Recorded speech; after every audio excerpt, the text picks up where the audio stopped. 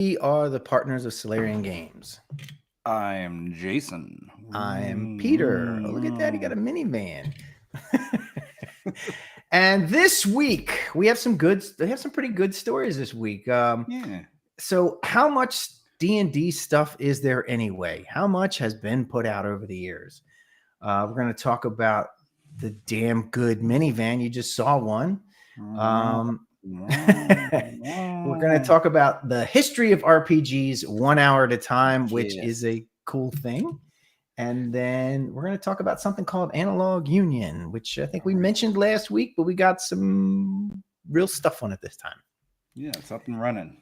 Yeah, man. So let's start out with what I'm calling D&D by the numbers. That's just sort of a nickname I gave it. So what is this? What is this article about? So someone put together a list of all of the stuff that has been sold. I mean, not the actual list of, but they counted everything, and basically boiled D&D down to how much stuff has TSR / WotC put out over the years. Now, this is from Ian World, so please go check this article out, because I'm not giving you everything. I don't want to steal everything from their article because they did a lot of work. I think you need to list every single product in order. We'll just sit back and listen while you read. Oh my God, that would take so long, and you're going to find that out right now. So they did a lot of work figuring out how many items, and they broke it down by which version of D&D it was. So we're gonna have a breakout of like which version, which years they were out, and how many there were. And this goes into not just books, but it goes into pages and what it would cost to have bought that entire collection. If you paid for them new when they came out. Yes, when they came. This is not adjusted for inflation. So they did make sure to go looked ahead. I won't say the number, but I was like, wow, that's cheap. Yeah. Right. That would be, you wouldn't buy it for that today. Right. No. All right. So just as a big package to wrap around this before we dig in, the byline is over 50 years, TSR and Wizards of the Coast release 1,253 unique D&D products totaling 124,057 pages.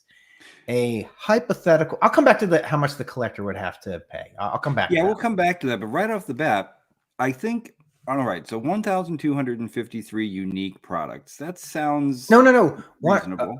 Oh yeah, that's right. I'm sorry. Yes. Unique D&D. Okay, let's speak. Sorry, these are D&D products, not any products. So if they put out Gamma World, that's not on here. No. This is D&D, and it's D&D by the official company, either Wizards or either WotC or TSR.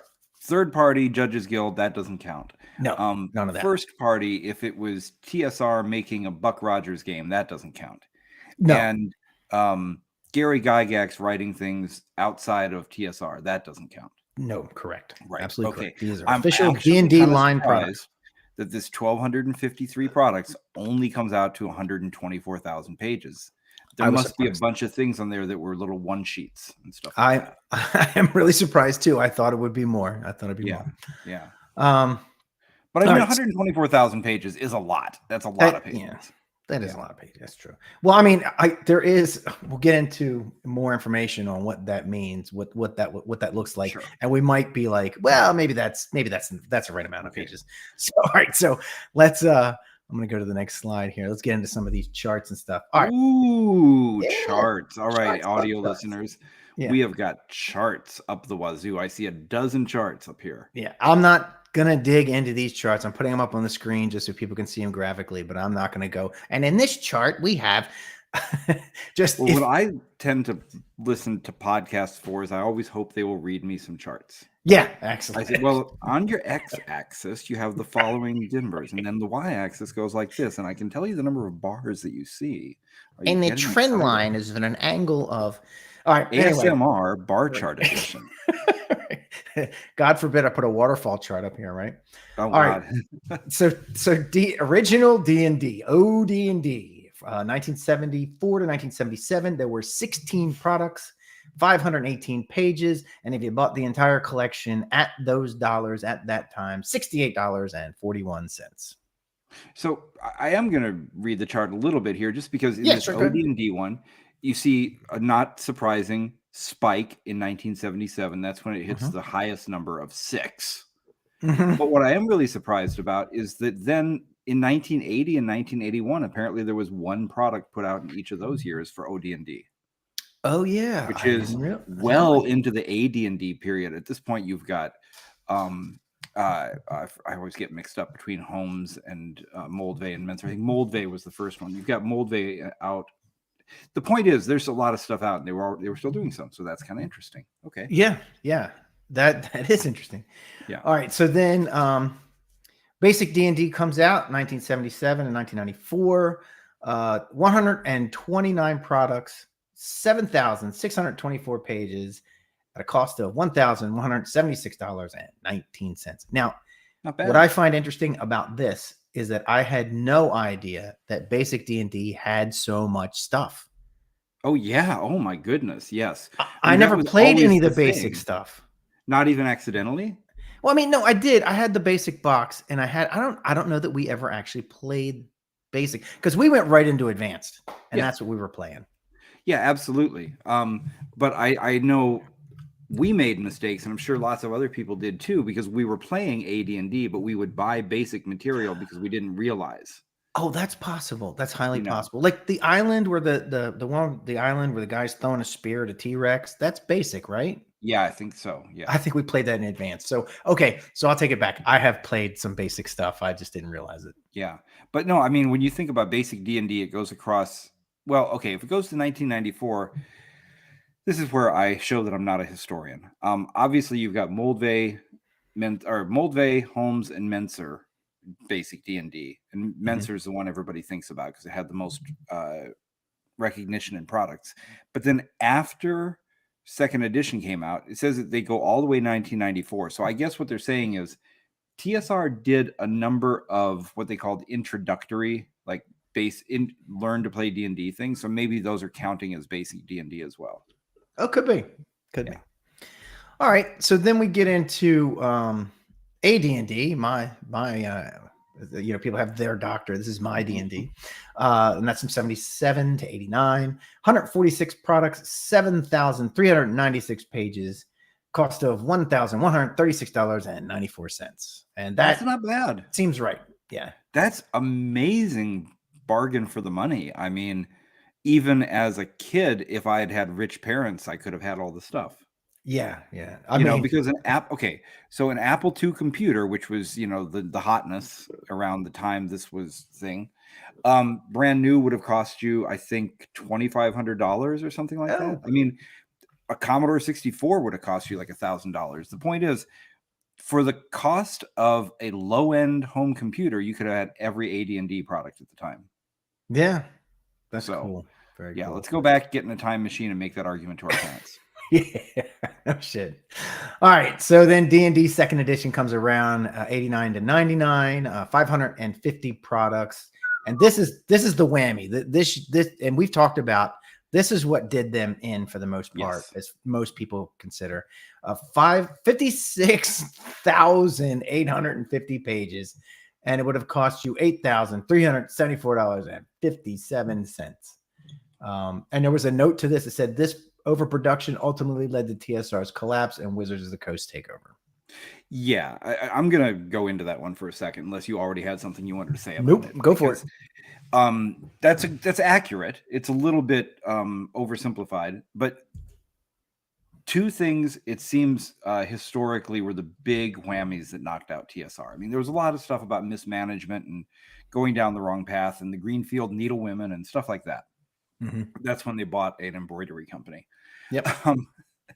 But what happened was, when Lorraine Williams took over TSR, they were in dire straits, and she righted the ship. She got a lot of stuff going the right way. But somewhere along the line, they got over enthusiastic with what they were doing, and they started getting into this idea of doing lots of different settings, and they called it a fish bait strategy, meaning that if you go, I don't know, I'm not a fisherman, but if you go fishing, you bring different bait for different fish. So their idea was, if we have all these different D&D players, we should have all these different settings for them. That way, if you like this type of thing, you're going to play Ravenloft. Over here, you'll play Mystara. Over here, you'll play Planescape, etc. But the problem was, it turned out they were actually cannibalizing their own lines, because somebody who was a Greyhawk player had no interest in buying Forgotten Realms material because it didn't fit in their world. And the same went for all of them. So they had a dozen of these. And later, when Wizards of the Coast rescued them, and it says here Wizards of the Coast takeover, I mean, really, they're rescue. Yeah. Because they were $30 million in debt. They didn't have any way. They couldn't even get things. Their printer had stopped printing their stuff. That's how bad it was. Right. So when Wizards came in and saved the company, they sat down and they actually did an experiment, because there was a hypothesis that all of these different settings were costing them money. So they did an experiment. They put out a book that was, I think, Forgotten Realms. And they put in big letters at the top, Forgotten Realms, to see if Forgotten Realms people would buy it, meaning it's more. And they put another one out, same setting, but they just put D&D in really big words, and Forgotten Realms was not on the cover. The one that just said D&D outsold the other one 3-1. So they were like, yep, this is, and they did the math, and they found out that most of their settings, literally, not only did they never make a profit, they were not capable of making a profit because of how high the costs were to make these things. Right. So they had all these lines that no matter how many they sold, they lost money. And then they had the other situation, which really was the actual killer for them, which is that they had a deal with Random House.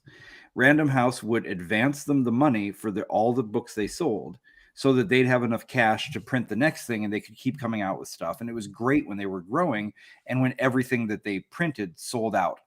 But then when they got to the point of having all these settings that didn't sell that well, and things didn't sell so whatever, then it got to the point where Random House is saying, hold on a second, you guys are printing however many you feel like, because you get the money up front for them, but then they don't sell, so we're getting stuck with it. And when TSR wanted more money, they just printed more books, even if there was no demand for them. Right. So ultimately, that ended up with them tens of millions of dollars in debt. And like Scott Congable saying in the chat, this was a big joke in the .com days. We lose money on every sale, but we make it up with volume. Right. And that's what they were doing. So D&D second edition, basically, if they made a book, they would get money from Random House. They would get a loan, and they treated those loans as if they were printing money, not as if they were loans. They were basically like a kid with a credit card who didn't realize you have to pay it off. Right. They were their own best competition. Yeah, and that's why there were 550 products. And that's why so many of the things in the second edition era didn't even have any art on the cover. They were just, those splat books that were just maroon, just some words. With text on them. Yeah, I remember that. Not even any art. They were just like, get stuff out. Just get it out. I don't care. Just get it out. It's funny. I can't remember a time I've ever played second edition at all. Like, I know I've played OD&D, I played AD&D, third, fourth, and fifth, and even this new one. I don't think I've ever played second edition at all. That was in my hiatus. Such a shame, years. Because second edition is an incredibly good system. It was so Zeb Cook organized it like a boss. He really went through and it was still first edition in most ways. It was just organized well, easy to understand. Some of the best game designers of TSR and Wizards era worked on it. Some of the best settings. The people who worked on it were amazing. They just didn't push it right, but I would definitely play second edition stuff. It looks really great. Yeah, and think about this. You're talking about, at this point in time, you now have people who have got some chops. Because if first D&D comes out, no one has any experience making a role-playing game because they don't exist yet. So now you finally got some people who, kind of know what they're doing. They have some, and not to say the original ones didn't do it well. I'm just saying they didn't have experience. They weren't working from experience. They were pioneering and making all the mistakes that other people could learn from. Right. Yeah. And so that's interesting. Benavides in the chat is saying, that in his opinion, it was better than first, Right. because David started with second. Right. I don't have a place to stand on to say whether that's true or not. It may very well be true. Right. I don't know. Yeah. Yep. And Scott's chiming in. He liked third, and David never played fourth. Oh, never. I tried it You were once. lucky guy. Once. Yeah, you lucky David, dude. you lucky guy. But Really yeah, lucky. again, I did not play third edition, but I know that was just another case of people saying, we've learned from the past. We're going to make it better. They had some of the best designers working on it. So yeah, all great editions. So speaking of third edition, so third edition runs somewhere 2000, 2007. Now it's interesting. They only put out 171 products. And this is how here's Wizards of the Coast actually being smart. Yeah. Because they looked at the mistakes of second edition and said, hang on a second. No, we're not going to make those mistakes. Right. So they went back to more or less the same, actually less volume. I was going to say, because it's a few more than first edition did. No, sorry, it's greater volume. A few more than first edition did in a little bit less time, but still not that many. But here's what I'm finding interesting. I'm not going to talk about the cost because, it's too hard to compare numbers because there's, inflation, whatever. But what I am going to talk about is the fact that they put out 171 products, but it was 24,000 pages. Now, if you go up to second edition, that was 550 products and 56,000 pages. So they're putting out, it's almost half the number of pages, but like less than a third, or no, about a third. They're bigger books. Yeah, they're bigger books.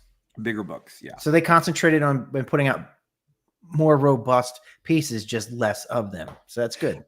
I think it's fair to say they were focusing on quality. I know you can't just say it has more pages, so it's better quality. But in this case, we know what the stuff was, and we know that they did a great job. Right. Yep. Then we get to the dreaded fourth edition, 2008 to 2013. I don't really think there was one. Was there? I'm surprised it lasted that long. Oh my God. All right. 135 products, 13,000 pages, 13,458, and then at a cost of $2,874. And 61 cents. And 61 cents. All right. All right. Then we get to fifth edition. I think this is a lot of people's, they love this edition. And I have to agree. It's a good edition. I've played it. It's decent. Good. 2014 to this year until this new edition came out. 84 products, 13,111 pages, and it would cost you $3,580. It would cost you a Mac. $86. I am shocked that it's only 84 products. I would have bet it was twice as many as that. I feel like they never stop. We were in a bookstore this weekend, not a gaming store at all. Right. And it was just a general geeky kind of place. And they had a whole little line of 5th edition books that I had heard of, but had never even looked at any of them. There's just right. I wonder what they're counting as a product. Does it count as a product if it's like a cookbook? I don't think. Let's see. It says they're excluding novels, miniatures, and merchandise. Okay. All right. So that actually makes a lot more sense. Yeah. Because they're saying so I guess a cookbook is merchandise. Playable content, not just here's a stuffed beholder. Right. Yeah. Okay. That that makes a ton more sense. Then it says, despite its smaller footprint, 5e's popularity and longevity suggests it may eventually surpass earlier editions in total content. We'll see. I can see that. And then last, kind of crazy at this point to ditch 5th edition and go to a whole nother edition so soon. So I think that's probably true. So let's do the wrap up on this. In total, a hypothetical collector would have spent $23,000, again, not adjusting for inflation, to acquire 1,253 products containing over 124,000 pages of D&D material. Now, here's to put it in a visual. That stack of books would reach the height of a 6-story building, and reading it would take 3 months of nonstop effort. Well, here's the thing. We don't have to think of a hypothetical collector because I know that guy. His name's Bill.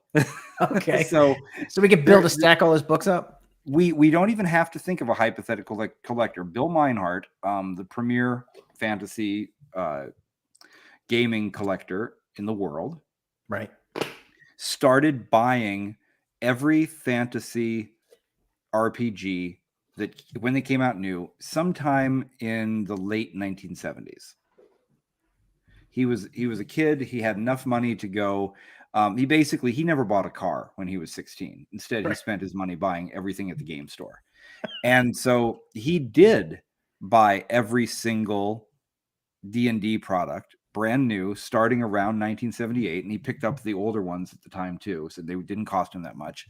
So although his collection is probably worth more than most people will earn in a lifetime, I think he probably did just actually spend that $23,000 because he didn't buy them as collector's items. He bought them new. Yes. Yeah, you're right. So he would have, right, exactly. That's true. Very true. And I wonder about the 6-story building though, because well, he has that stack of books in his living room. Yeah, but that's just stacking them one on top of each other. I mean, if you I'm just thinking it's a pretty big room, but it's it's a decent library, but I'm just trying to imagine if you were to take his shelves and turn them sideways and put them all.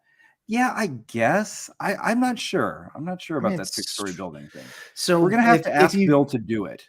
If you do it by architectural numbers, you can estimate 12 feet for a story, 6 stories, 72 feet.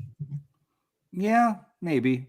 Okay, but it's a lot. Either way, it's a lot. But I like that they say a hypothetical collector. I'm like, no, he exists. He exists, right? So this is I just grabbed this chart real quick. This is just showing. If you look at the numbers, you can see like what kind. Or you look at these images. The next one's even better. You look at these images. So for our audio listeners, Peter is showing a Tetris game now. Yeah, it's a Tetris game, right? The pieces but they're not moving. It's been frozen in space, kind of like as if Tron came in and. Anyway, so what is this telling? I mean, I see something going from 1974 to 2024, and I see 4 different categories of things. Is it telling us that soft covers and miscellaneous were the most made? By far. And the least made was the box sets. Yes, correct. Box sets were least made. Yeah, and that makes sense. I mean, box sets are expensive. Yep, they're cool. Yep. All right, and then this last chart, and then we'll stop. This really, really paints the picture of how many products were put out for each edition. So there's another chart if you're listening, and it's showing that 2E is just dominant. It's like it's skyscrapers and everything else. Now we're looking at the Chicago skyline as a chart, and the Sears Tower is 2E in 1995. Right. There you go. And I think the low-lying farmland is OD&D in 1974. Yeah, there you go. Absolutely. So anyway, that's it. Enough of that. Let's go to the next story. And Jason, this is all you. All right. So this is whoops, that's not the right one. That's not the right one. Okay, let's get a picture up on that's the right one right here. Okay, ShireCon 2025.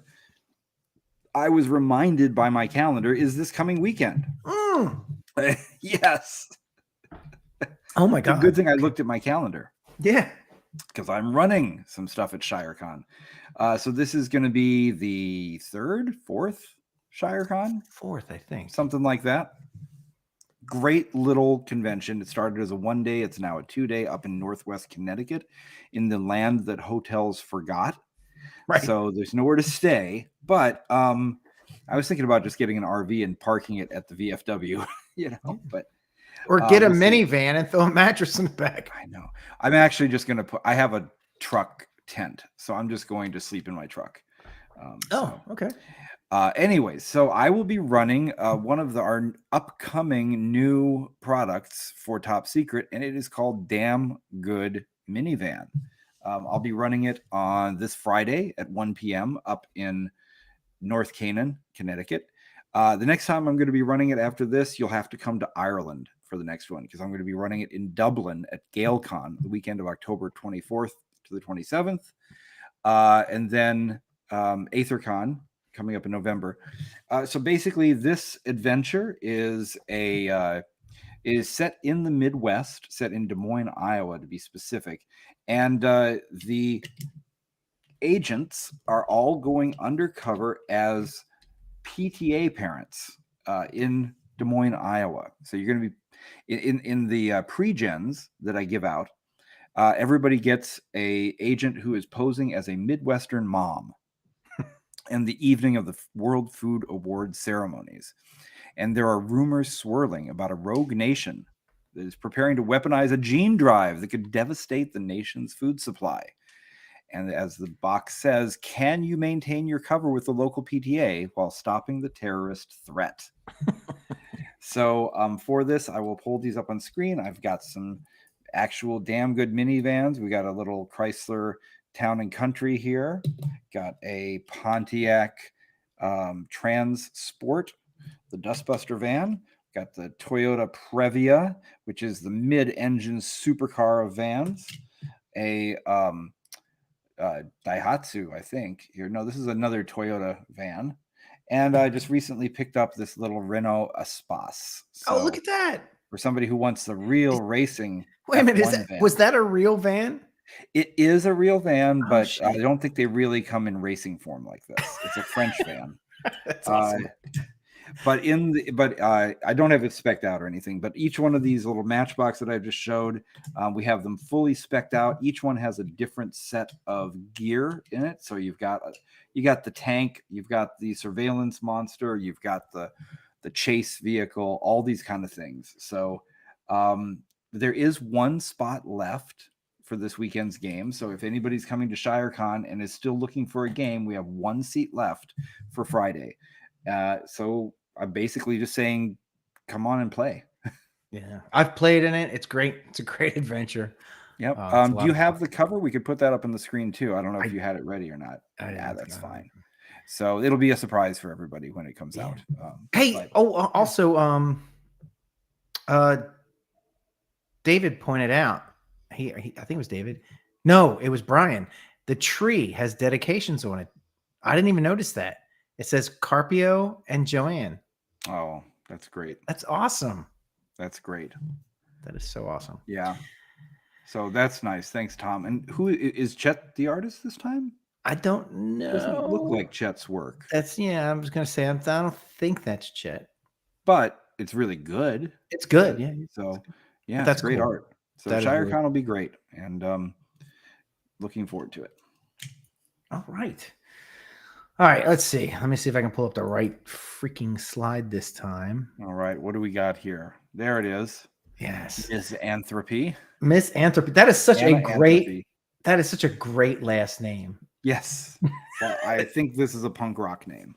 I think this is a sobriquet. Okay. All right, so Anna Anthropy is a game designer and educator and shares her experience developing classroom curriculum. So she's teaching the history of role playing in a classroom setting, and she goes over, each classroom or each class is a different topic. And so her curriculum teaches RPG history in 1 hour classroom sessions. Each session focuses on a historical significant RPG that shaped the generation's evolution. So she'll pick an important RPG and then say, this is how this affected the industry. Mm-hmm. So that is fantastic. That is really cool. She said it was, really labor intensive, but rewarding. And it covers, and so here's what's cool. It's not just mainstream games. She actually made a point to focus on indie RPGs and highlighting the diversity in design. So, basically I got to imagine vampires in there, because I just remember being a massive, what is this type it of game? absolutely shaped the genre in many ways. Yes.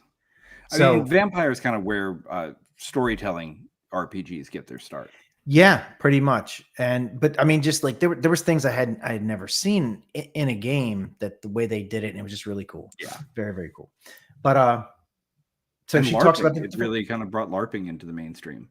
It did, absolutely. As a matter of fact, I remember being in a bar down in Baltimore, and me and my friends are sitting there drinking and having a good time. And these guys came in. Well, people, I can't remember if it was guys and girls, probably both, came in, and they were all dressed up in these weird, these period clothes. And they had, one of them had like a tribe or what was it? It was a faction or whatever. They were called factions. Yeah. Had a faction thing on their jacket, emblem. That's it. And And my friends were all like, because this, I was hanging out with my cool crowd. They were all like, "What the hell was that?" I was like, "Oh my god, I know exactly what that was." And they're like, "Of course you do." So then I had to explain it to them, and they were to be honest though, they were actually like, "That's actually pretty cool." They're getting out. They're actually getting out into the world. They're not just sitting in mom's basement. They're doing stuff. And I was like, "Yeah, it's pretty cool. Whatever." Mom's basement has snacks, so Yeah. joke's on you. Cool Yeah, guys. right. Mom's basement But doesn't have natty bows though. yeah, no, I mean, I heard about vampire not in the gaming world, but in the goth world. I had some friends in the goth clubs who were like, "We're going to go do this thing. We're going to the Palace of Fine Arts, which is, this beautiful place in San Francisco that looks hundreds of years old, but it was just built for the World's Fair in like 1902 or something." Okay. And I just tagged along. I didn't know what they were doing, and they were playing vampire a lot. They were playing a LARP of vampire, and they're like, cool, explaining it to me as I went, and it was a completely new thing to me. Had never seen LARPing before, didn't even know what it was, so therefore it was kind of cool. Yeah. And you know what else? I don't think that vampire is the beginning of this, but it definitely did a lot to make the role-playing world less male-dominated. Yeah, I agree. So it did a lot. Yeah. As a matter of fact, any of the women who are anywhere near my age, if they, the ones that I know, obviously I can only speak to the ones that I know, but the ones that I know, some of them, the only game they've ever played was Vampire. Mm. And it was just, and they're not even role players. Like, I think my wife played it one time, and she's definitely not a gamer, but she played it like one time, like just because everybody was doing it.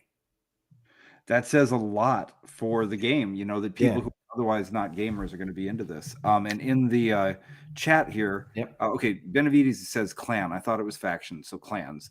That was another thing I understand that Vampire really did that made TSR very concerned, because they were trying to figure out how to get people that excited about it with the clans. Yeah. But Simon Harding in the chat says that in New Zealand, a person actually got assaulted as a part of gameplay. So I guess maybe somebody took the whole "I'm a vampire" thing a little too Nicolas Cage far. Oh, great. Yeah. Oh, that's a great movie, by the way. Nice reference. Nice reference. But anyway, and by the way, Minivans sold out.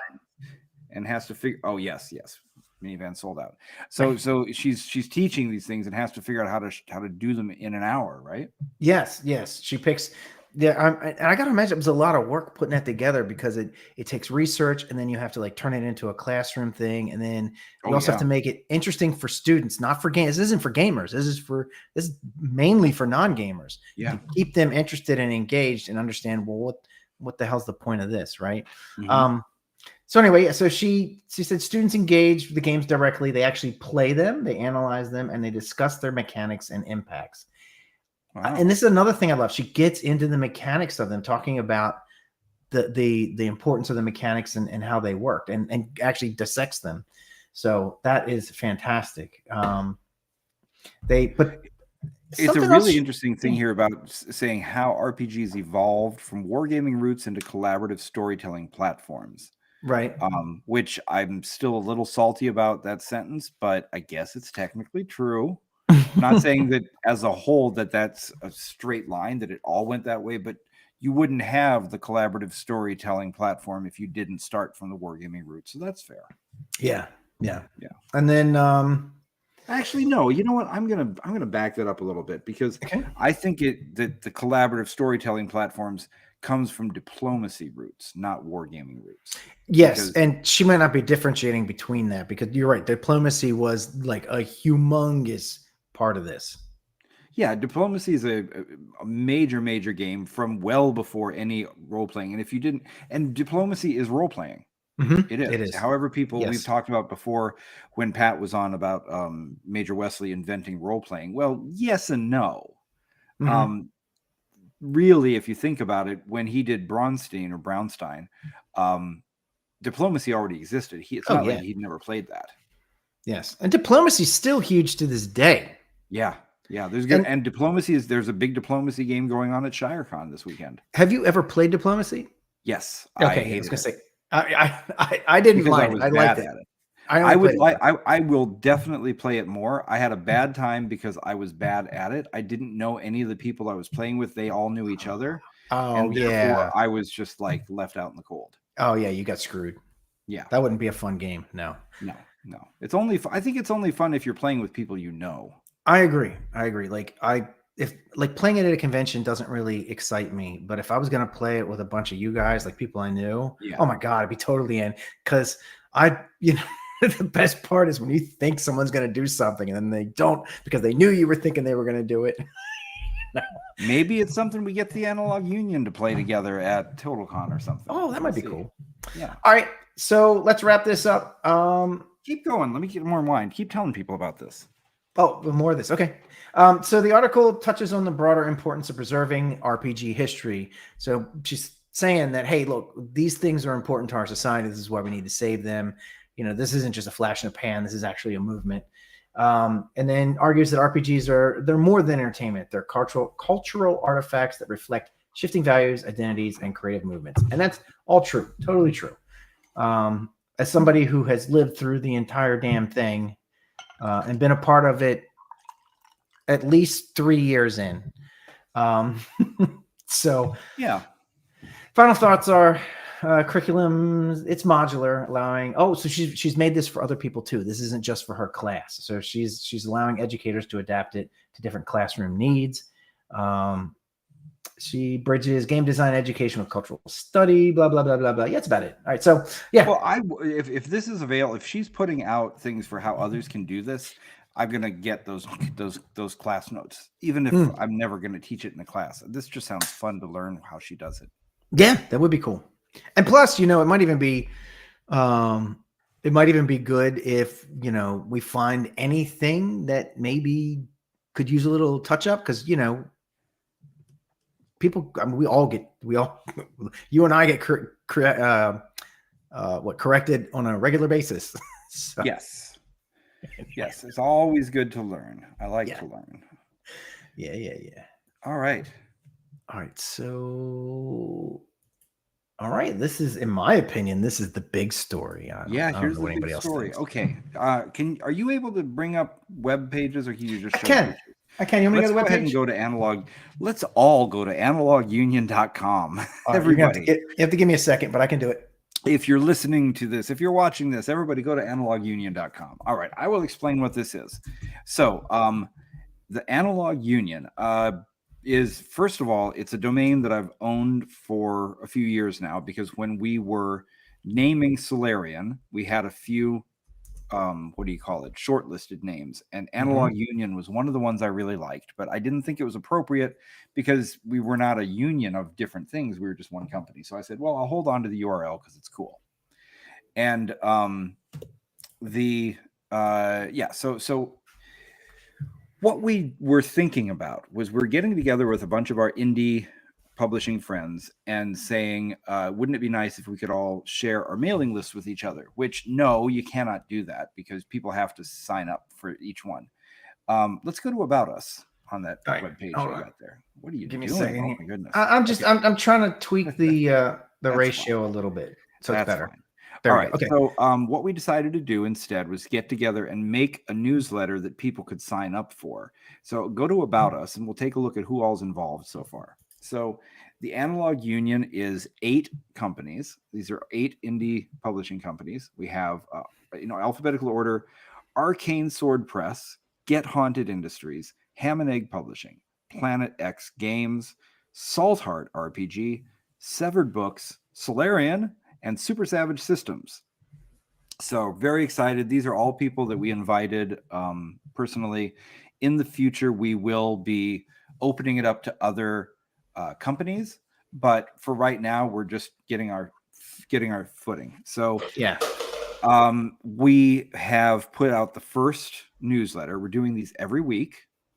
So basically this is a chance for people to keep up with a bunch of cool stories and news and stuff like that without being sort of a slave to the algorithm, if you will. Right. So I thought it would be kind of fun since the first one came out last week and the second one will be coming out on Tuesday. These come out every Tuesday, by the way, to just kind of take a look at what was in the very first one and have some fun with all of this. So you'll notice there are 5 companies in the first one because 3 of the companies joined after this came out. So there'll be more in this next week that's coming out. So in this one, we've got, first of all, Arcane Sword Press. So Arcane Sword Press, that's Brian Larkin. And they do publishing of games, of course, but they also put on Arcane Con every year, which, as I mentioned, we'll be going to in November. And so they've got in this newsletter some stuff about Arcane Con, when it's coming out, who all's going to be there. And Brian put in a really cool little bit about a game called Barrows and Borderlands. So that's a very cool game. If you scroll down a little bit, I think you can see some pictures of it. Oh, there we go. Yeah, scroll down a little more. You'll even see the box. There we go. So it Oh, comes that's in cool. a brown box. Yeah. Happens to look almost exactly like OD&D, the first brown box. I got to ask him how he made that brown box. It's very cool. And the cover says it is a weird science fantasy, old school style role-playing game set in a dark radioactive wasteland of magic, black powder, and dragons. Which I think is already neat. Sort of a play on the fact that the original OD&D had this long title like it as well. It's a 4-volume set published by Matthew Tapp, and he will be at Arcane Con, which is really cool. And I'm just going to read what Brian said about it here. He says, "This game is a celebration of OD&D and the weirder parts that seem to get overlooked. Dinosaurs, psionics, ray guns that have unfortunately been pushed aside. So true. We don't get that anymore. What happened to the dinosaurs, psionics, and ray guns?" Yeah, I know, right?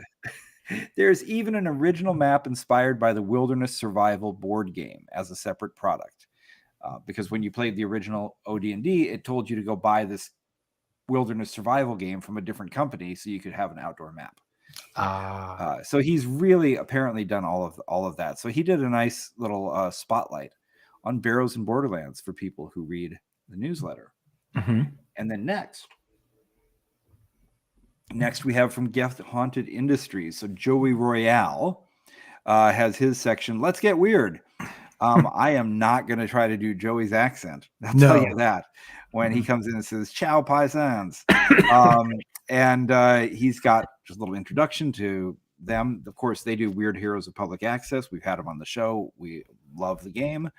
And what he's put in here, he has a little thing, the Crypt of Cool. So in the inaugural edition of the newsletter, it is about a book called How to Bake a Breadling. I'm gonna read a little bit of it because it's just so good. And Joey says, "Do you want to know the quickest way to unlock my wallet? Drop something like this when you're pitching your product." Quote, "The following book is a reprint of lost standalone manuscript, first recovered from a sidewalk library box in the small town of Redacted in early May 1973.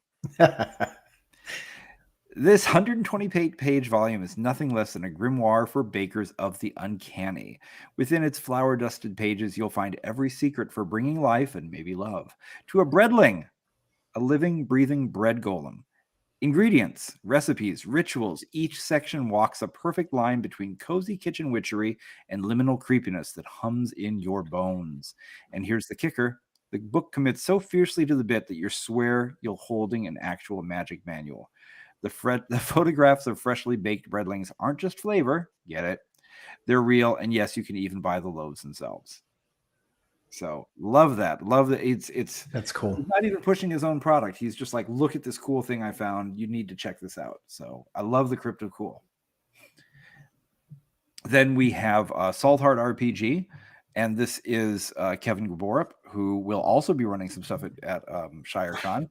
So he in here has got some freebies. So anybody who subscribes to the newsletter gets a link for a free quick start for the Book of Z and a chance to play test it before it publishes. So he's got an invite to the Discord in there. Some stuff about Analytic Dice Studio. So we've talked about Analytic Dice. That is their podcast where Kevin and Gabe talk about all the mechanics behind different RPGs. And they do another section called Analytic Dice Studio, where they just have industry folks come on to talk about their stuff and what drives them to create, etc. And I was lucky enough to be the guest on the last one. So He has a link to go listen to me blather. And then finally, he also talks about Friday Night Live, which is something he was on. This is our friends over at Philadelphia Area Gaming Expo Okay. page. So they've Right. got a weekly show, just like we've got a weekly show. They call it Friday Night Live. And he was on it. So we'll have to go listen to that. Yeah. Then it gets better. There's even more stuff. Then we get the Sickest Witch Coven box from Severed Books. Justin's amazing art and writing and all these other kind of stuff. There's another thing coming out now. It's the Coven box game aid. It's a player and GM aid with 90 cards, custom dice set, custom condition die, dice bag, stretch goals, and there's freebies too. So you can get some free loot, like a free Sickest Witch Wood Mini from their Small Party series. So really neat stuff from Justin in there. And then it all wraps up with a couple of things that we had to say. So letting everybody know that you can now buy Top Secret on Amazon if you don't want to, have the shipping costs and time. Just get it straight from them. And honestly, I would encourage people to buy it from Amazon even rather than us, because the more people buy it on Amazon, the more Amazon will ask us to stock additional stuff, and the wider our reach will be. So even though we don't get as much money from each sale as we do selling directly, I would actually encourage people, please go buy it from Amazon. It'll really help us. Right. Yeah. And then, of course, we also let everybody know about the new Top Secret mission that we showed here on the show, Emmy Night Broad Holly. I think it's sold out now, but there were still a few left when we sent out the newsletter. So got those moved. And that's the kind of stuff that you get in the Analog Union newsletter. Goes out every Tuesday. And then a week later, right now we're putting them up on the website right away because we want people to find out about it. But eventually, within the next month, we're going to put the newsletter up on the website a week later, so that in order to get it, you have to subscribe. We've had several hundred people sign up already for it. It's really moving along, and I'm just excited about it. It's just really cool to work with all these other indie game creators. Yeah, it's for me, it's kind of the dream. Like, I know some people would have a dream that their company would be the best and and would dominate and stuff, but I've always loved collaborating with people, and I love the fact that we're all kind of coming together and we're all helping each other. It's a community. We're building a very strong community, which I love. That is my favorite part is getting stuff out to people, and then hearing back. You hear that, people? Hearing back that you like what we're doing, because it helps me because if you're like, hey, I don't like this, it would be cool if you did that, I'll listen. As a matter of fact, one of the things I started putting into the Patreon rewards was because somebody said, hey, you should include this, and I was like, absolutely. Now that is now a thing. Yeah. Well, what's going on now is a lot like it was in the 70s and 80s, because I've been going back and reading Shannon Appleklein's histories now. Okay. And he points out how in the 1970s, all the game creators really were a big community, with like one exception, and that was TSR. They were off like yelling at everybody and suing them, but everybody else was just having a good time. Right. And, even with something like with the Analog Union, and I know Ron at Page is doing something similar for conventioneers, bringing them together into sort of a convention union. They did things like this in the 70s and 80s too. That's how GAMA was formed. The Game Association, the Game Association Manufacturers, whatever it stands for. People did these kind of things. And so I hope we've already had another 8 more companies. No, sorry, we have 8 companies in there now. We've had 5 more companies write to us and ask if they can join the Analog Union. So we're figuring out what that's going to mean right now, because the newsletter is not like a website. We can't just put a bunch of tabs at the top and put an infinite amount of content in. It would get too long. So I can't just say it's open to everybody. So right now we're only opening it up to people that are being invited based on like their current reach. So we want to reach as many people as we can, but we're figuring out if we can create a couple of tiers. Like if there could be one tier that's like, yes, you've got a huge mailing list, you can come and be in the newsletter, but there should still be a way for everybody else to join in and, you know, be a part of the fun. So maybe they can have stuff on the website, or we can do things together at events. We'll make Analog Union T-shirts, stuff like that. So. Oh, I'd wear one of those. I love the logo. I told you that. Thank I was you. like, that was excellent. Tell Hanai, I know Hanai had did she do the logo part of it? Can you bring it up again? We'll show people. So I can tell you which part was who. Okay. So there you go. So that centerpiece there, the AU in the little hexagon, which could also be read as a 3-dimensional, it could be a D6 or it could be a D12, depending on how you look at it, right? Sure. Yeah. So she did that. And then I took that and did the full with the words and everything and figured out how to kind of shape it all together so it can stand either way. But I mean, I totally want to put that on things. I think it's a beautiful logo. Yeah, it's great. I love it. So it's very, very Union. It looks like it could be stamped into some steel. Yeah. Oh. Yeah. Oh, it's a shame Scott is in the same place he was, because he could make us coasters. Oh. Hell, I could probably get it done. I've still got my Solarian coaster and I love it. I do.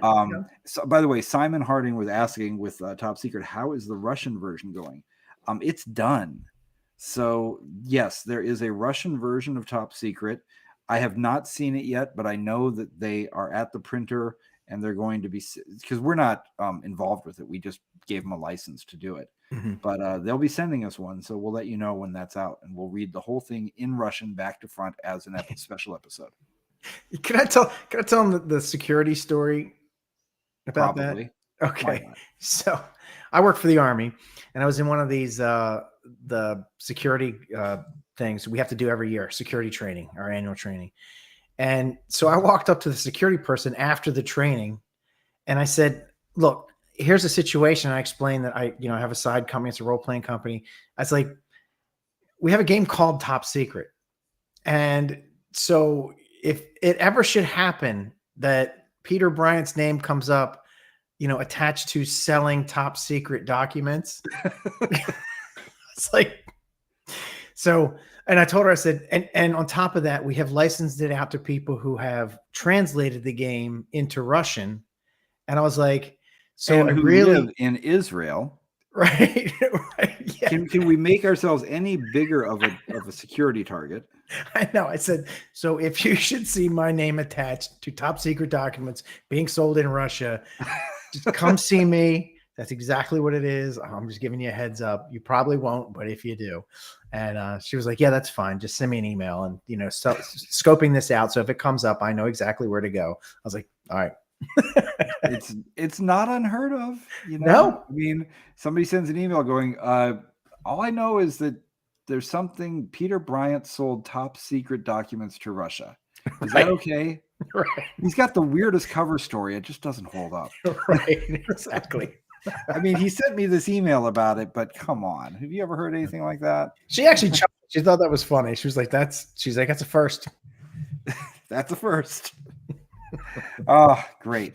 All right. So that's it for this week's show. I'm just going to say, please go to analogunion.com and sign up. That's what we would like you to do this week. Yeah. And we'll see some folks in the some Patreon folks over in the after party on Discord.